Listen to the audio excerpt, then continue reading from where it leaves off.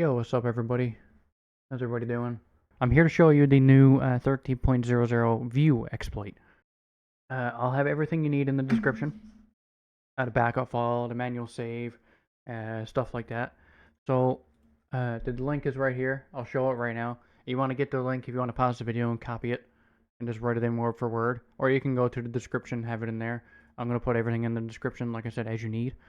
So once we go in here, we get that downloaded, and we're into the folder that we need to be into.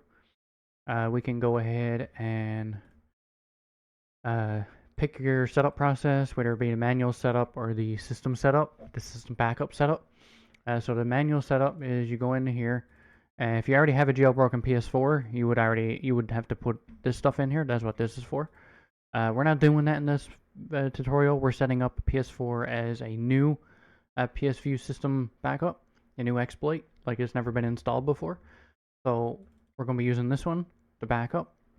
I have a USB with it already on the PS on. I'm ready to go. So I'm going to bring that up. Let me open in the new window. I couldn't see it there for a sec because I'm legally blind. So what we want to do is we want to drag this folder that has the export, backup, and the backup archive and stuff. This is the backup. So we take this folder, drag it into here, and then what I did is in here where it says save data, this is my save data, my backup save data. So if your PS4 is activated, you want to back up your save data at a minimum so you can have it.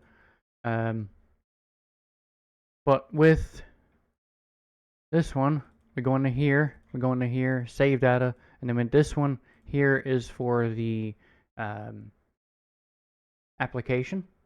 So for the PS View application on the PlayStation. So if every now and again it will remove its storage and like data and some stuff. Like very rarely it'll happen, but it will happen. So what I've done is before we even get into it and then it happened and then you're scrambling around trying to figure it out, let's fix it before it even happens. So what I did was in my PS4 folder next to export, I went into the save data folder, went into, this is the Apollo one, we don't need that one, went into the encrypted save data backup in the PS4, and then took this save data and put it here. Anyway, once you have that on the PS4, or on the PS4, on the USB drive, you don't need these right away, but these would be an asset afterwards. We need to get the payload, gold hen version we want to run. So we can go to Sistro's Discord, or Ko-Fi page, go to shop, and then you can pick the gold hen version you want. Obviously, I picked the 18.8. But yeah, anyway, so pick the version you want. So you go in, click the title. You put in 0. He says, how much do you want to pay? You don't have to pay anything. You just put in 0, click get now, and it'll take you to this page, and you just put in your email address and a name, fake email address and fake name.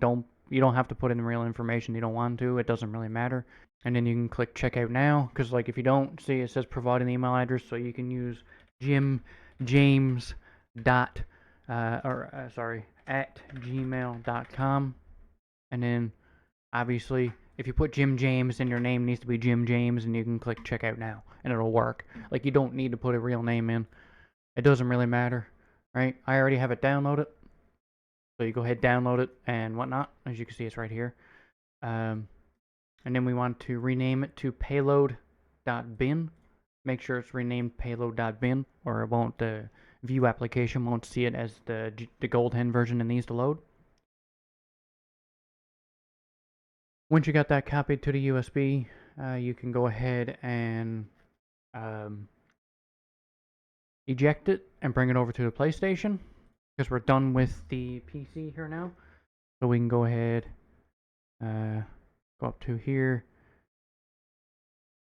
and you can right click it. When you're in the menu like this, you can literally hover over it and right click it and it'll eject it automatically. You don't need to go to the drop down and click eject.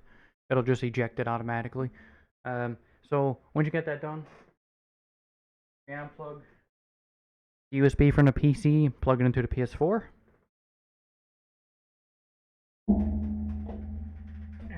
switch my capture card over to the PS4, so give me a second. I don't have a HDMI switch. Once you got the USB plugged in, you go to settings. Then we go down to system.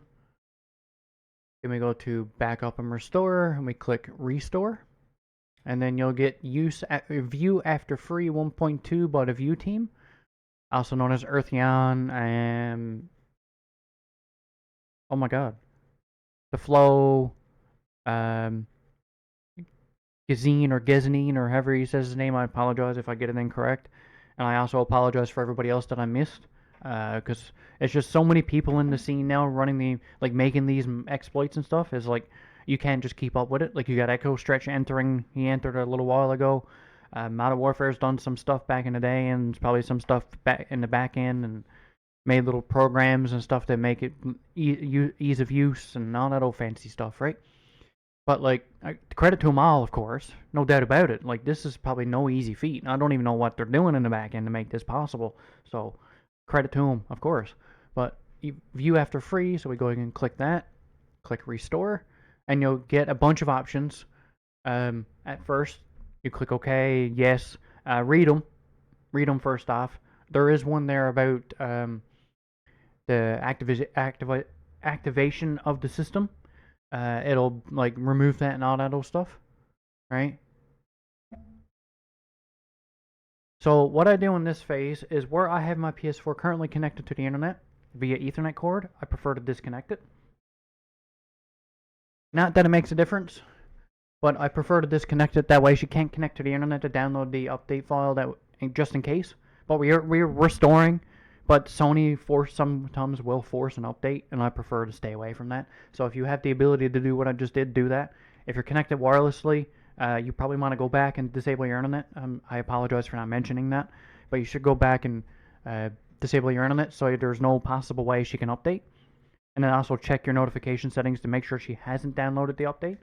So like, for example, I'll back out and I'll just do it anyway. That'll give you time to disconnect your internet.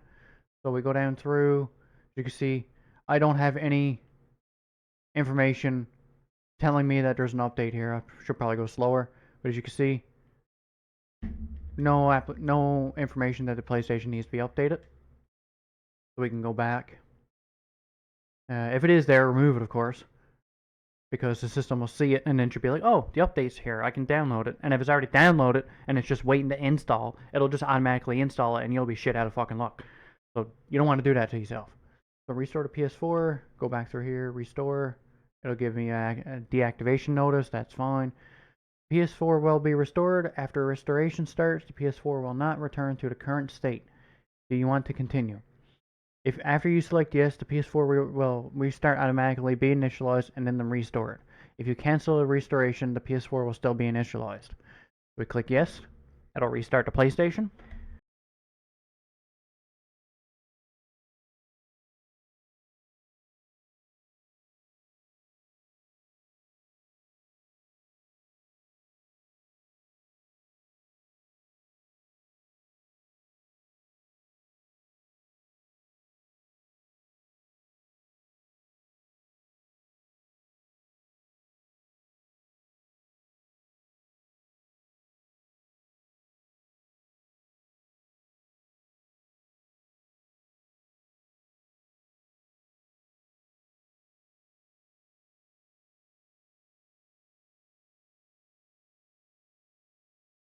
Okay, once the PS4 has turned itself back on, whatever, I'll back out so we're in an initial state.